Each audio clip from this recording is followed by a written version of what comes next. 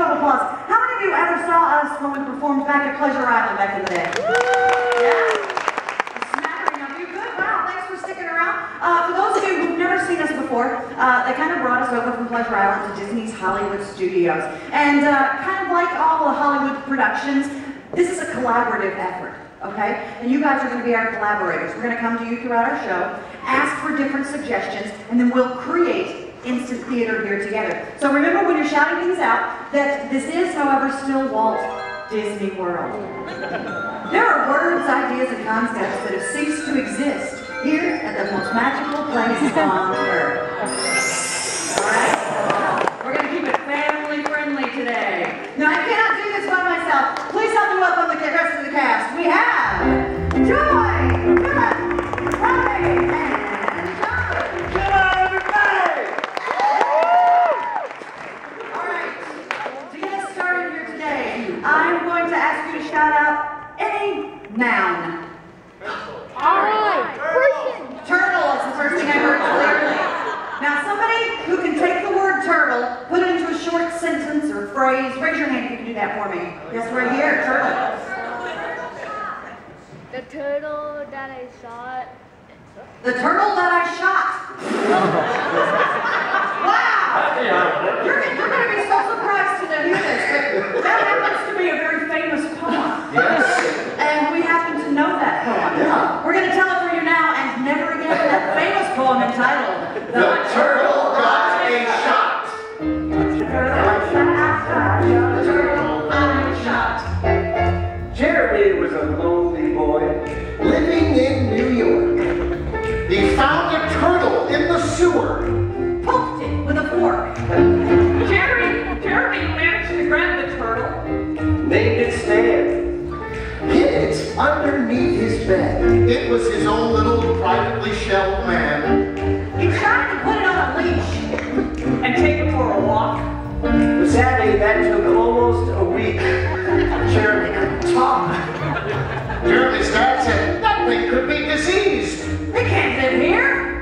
So Jeremy thought he had to take it outside. By the ear. Well, Jeremy's dad had a different idea. He said, we're going to the vet. Have this thing checked out. You bet.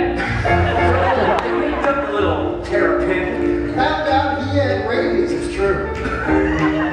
And so they gave him a big shot. Ew.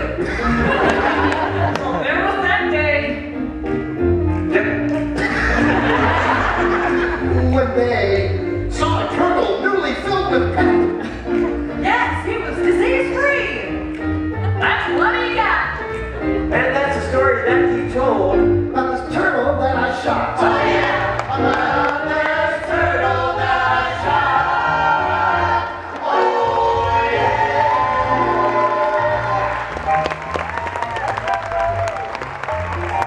You see what we did there? You thought it was going to go a whole other direction.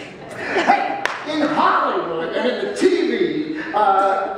TV, the editor is one of the most important people because they decide eventually how it's all going to flow. They decide if things are going to be rewritten a certain way, which takes to take. This bell is going to help me be the editor for this structure. John and Philip are going to perform a scene, and if they say something that I, the editor, do not like, I will ring the bell, and they will have to go back in time and say what they should have said. So, to see how this goes, what we need is maybe an activity you might be doing during the holidays. Maybe, yeah, sure. Slaying. What is it? Slaying. Slaying. Slaying. So here's a scene about slaying. My lord! 'Tis a dragon! I shall slay it! No! Step back! Step back! Keep low, try to see us.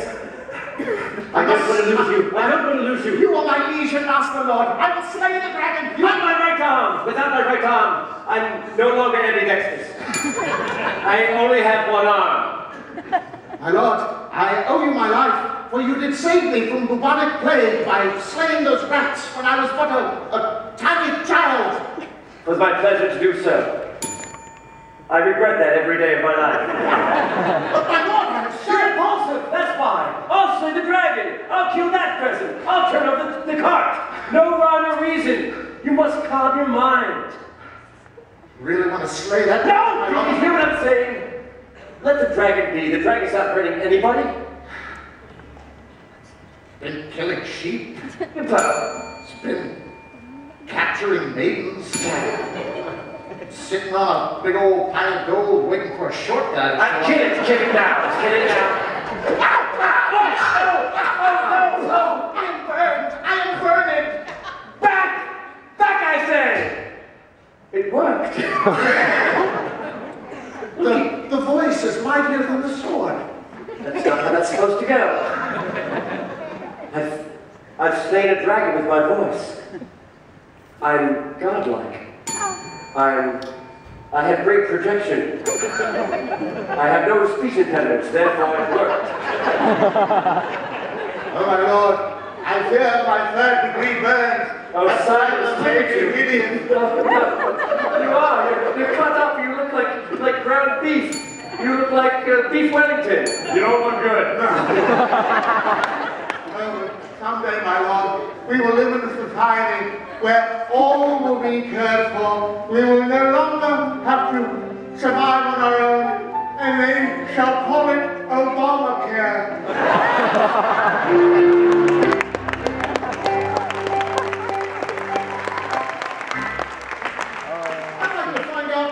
What you do that is an idle interest or a hobby that you would say, you know what, I'm an expert on this. It's even better if it's not what you do for a job, but it's something that you're enthusiastic about, like I said, an academic interest or a hobby, and you feel comfortable saying, you know what, I'm an expert on this. We're looking for an adult. No children, please, for insurance reasons. Yes, sir, way in the back. What is your name, sir? Kevin, what are you an expert on, sir? String art. String art? Come on down, Kevin. Let's hear it for everybody. Let's hear it for Kevin, everybody. Come on, Kevin. Who would like to win, Kevin?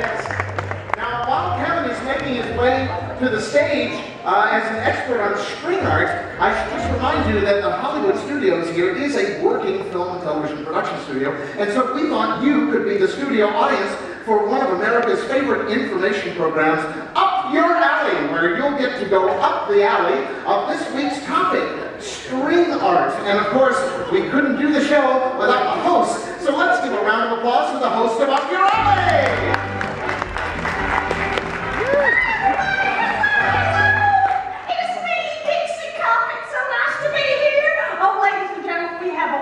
Wonderful topic to talk about today.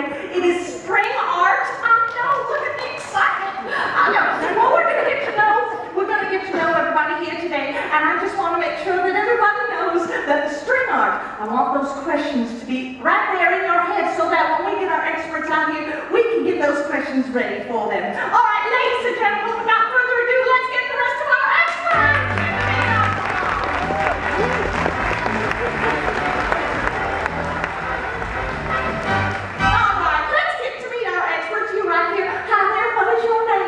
Kevin. Hello, Kevin. And you are an expert on string art? Indeed, I am. And Kevin, do you do this for a living? No. You don't do it for a living? Now, how did you get interested in the string art? Well, I'm very creative and artistic. So I love the colors and the arrangement that you can do with the designs.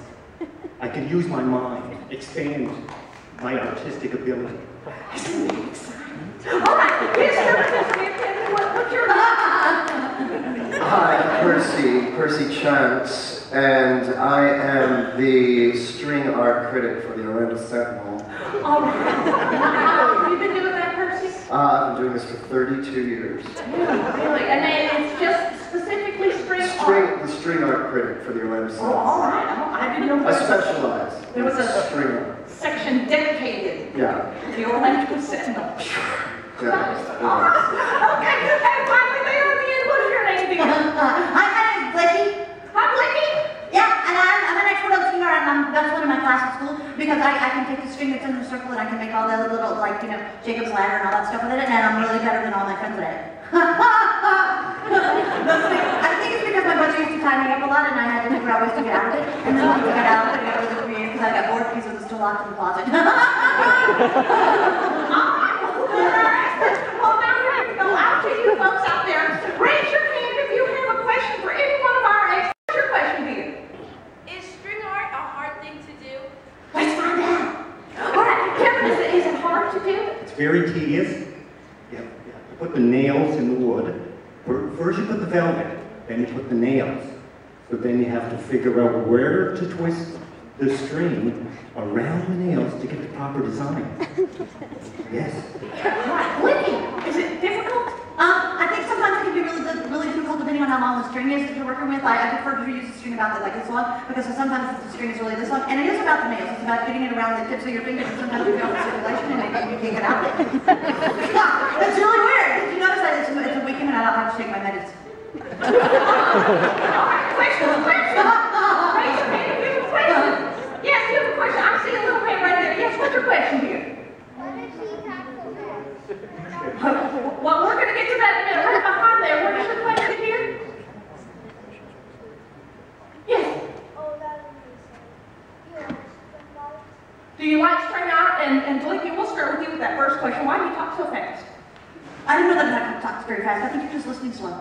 Alright, yes, as a matter of fact, I do like string art. It's like a pastime for me because I finish my work at school very quickly and then I can move on to something else and it keeps me quiet and it makes me not talk to other people because I distract them sometimes. Alright, do you like it? Me? Yes. I loathe string art. I think it's important for a critic to absolutely despise the creative masterpieces, I say quote unquote, that they are deemed to judge. All right, you're just scared, aren't you, Kevin? All right, let's get another question. Raise up your hand. All the way in the back there, sir, in the hat. Can you be injured? Is that what you asked? Oh, look at that nice little holiday topic. Can you be injured? Kevin, have you been injured? Oh, yes. Yes. Nailing on those nails about a 1/4 inch apart with a hammer, you have to get a very small hammer, and you can be nicked or even cut by the thread, which is sharp sometimes. Yeah. Nail, and you can get a black fingernail. You can get a black fingernail. Yeah. All right, Percy, can you get injured? Only in your soul. All right, and Blakey, what about injury? Yes, it's very typical to like rope burn. Especially when you're working very, very fast. If you're very, very good at it, like the witch's broom or the bantry. I mean, sometimes you can just like rip it off your fingers like really fast and then you get you get dry spots in your hands and they start to bleed. All right, we've got time for about 65 more questions. Yes, sir. What's an average price string art masterpiece go for? Oh, 11 cents. cost of that? Kevin, do you sell it? I do. And Yes. what's the range? Range from $20 to $50. $20 to $50. Fix it better. Yeah, all right. Questions? Yes, right here. What do you like to make out of string art? Like, what do you What's the content? What's the subject matter? All right, subject matter. Kevin, when you're deciding on what you want to do, what do you decide? How do you decide what it's going to be? Well, it depends who it is for. I do sailboats and different character designs. And there are also silhouettes, like friends that are in with the moonlight behind them. You may understand that. All right. Questions? Yes, in the green shirt. Yes, is there a string art academy or someone to learn to do this? Somebody wants to learn how to do it. Because we're famous. All right. Is there a way how to learn how to do this, Kevin? From a book. But they didn't have computers back then, see, so I had to use a book. That's really old. Now, Percy, was there a reason or? I was just going to say, he asked if there was some sort of string art academy. I wish there were, sir. You get the tea, you get sailboats, you get palm trees, you get friends in front of sunsets. If only there were an academy to teach them some sort of array of different... String art can only go so far. My apologies to Your you. imagination. You can expand. You got to get with the program. I don't feel. I think it's a great thing to expand your imagination because, you know, that way you can communicate with people and you can talk to them and stuff, but they won't let me do that in school. They just make me sit in the corner and do it with my strings. Well, all right, I saw a couple other hands. Yes, young lady right there in the middle. What was the last string art you did? What was the last string art? Last string art you did? I did a dream catcher.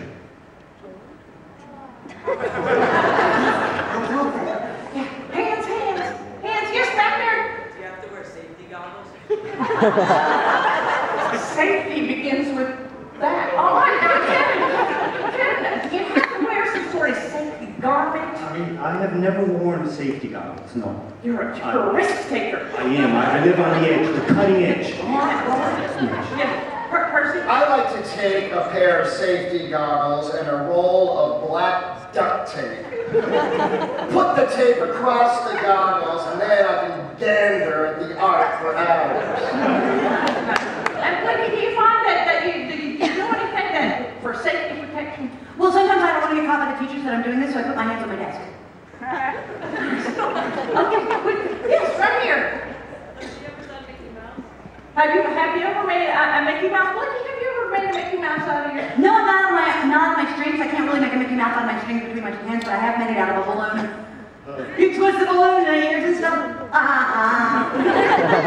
I didn't learn it from a book. Percy, what about Mickey Mouse? If I saw string art Mickey Mouse, as an employee of the Orlando Sentinel, I would certainly give it a good review. That's right. We got time for one last question. One last question, way back there in the back. Who is the greatest artist of all time? All right, that's a good question to end on. Wendy, the greatest string artist of all time. Well, I'm going to have to say that it's my big sister. Because she was the one who first taught me how to escape from my brother's tying us up and stuff like that. So I'm going to have to say that was my sister. Okay, all right, Kevin. Spider-Man. Oh.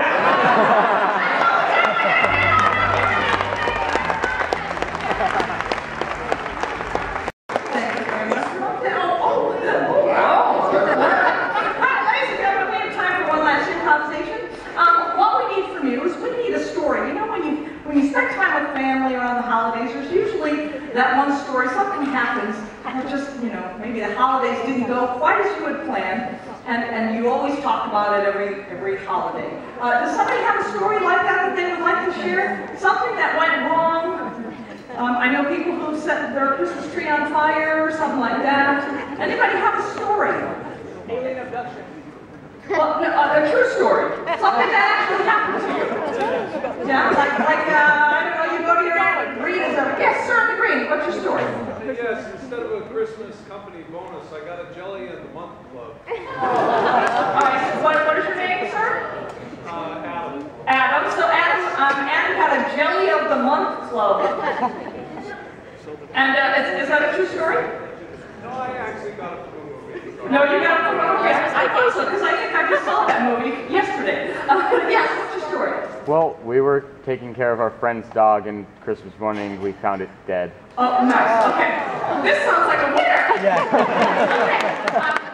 So, first of all, let's get your name. What's your name? Matt. Matt. And so, Matt, you were taking care of somebody's dog for Christmas?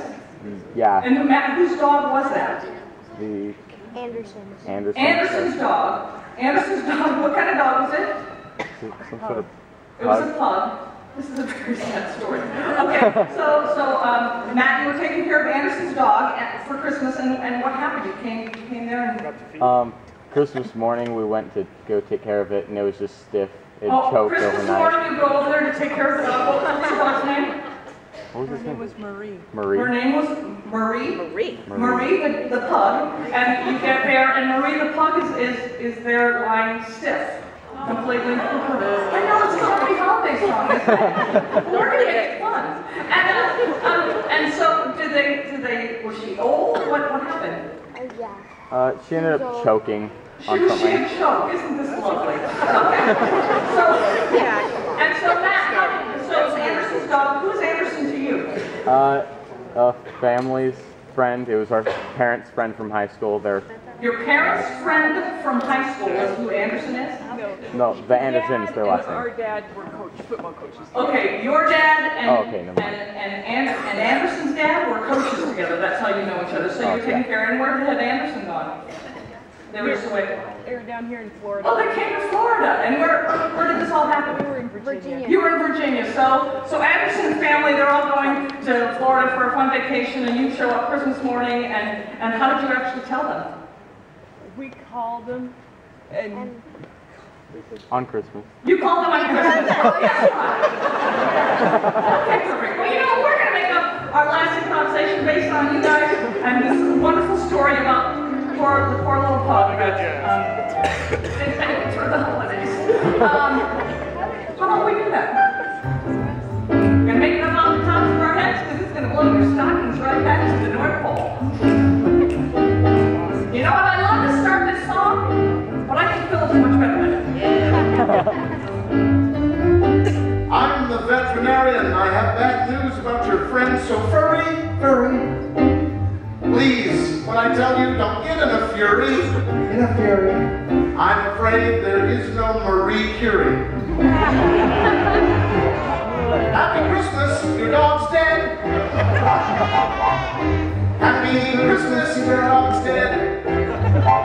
That'd be $100 is what the veterinarian said. I'm the killer. Away with it, I got. She got. They couldn't find me. It was clues. I didn't leave a lot. Didn't leave a lot. I just left it next to that turtle I shot. Happy Christmas, your dog's dead. Happy Christmas, your dog's dead. Still was aboard and lying in his bed. Came out, Matt said, hey, I don't see it. I don't see it. How the poor dog died, he had no idea. He had no idea. Actually, Christmas, that would be a Christmas gift in Korea. Happy Christmas, your dog's dead. Happy Christmas, your dog's dead. I'm going over here.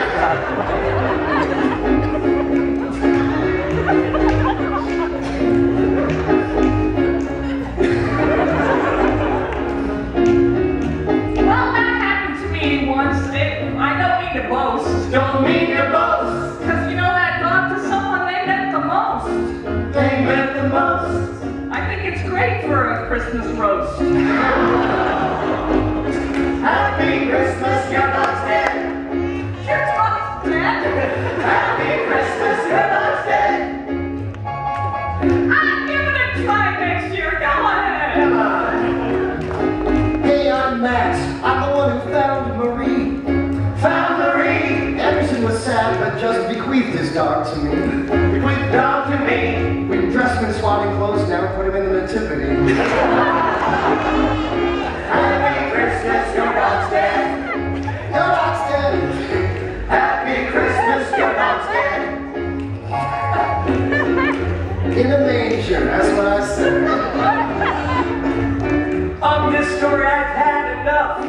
I've had enough. You've got to be careful with all this stuff. With all this stuff. I heard this story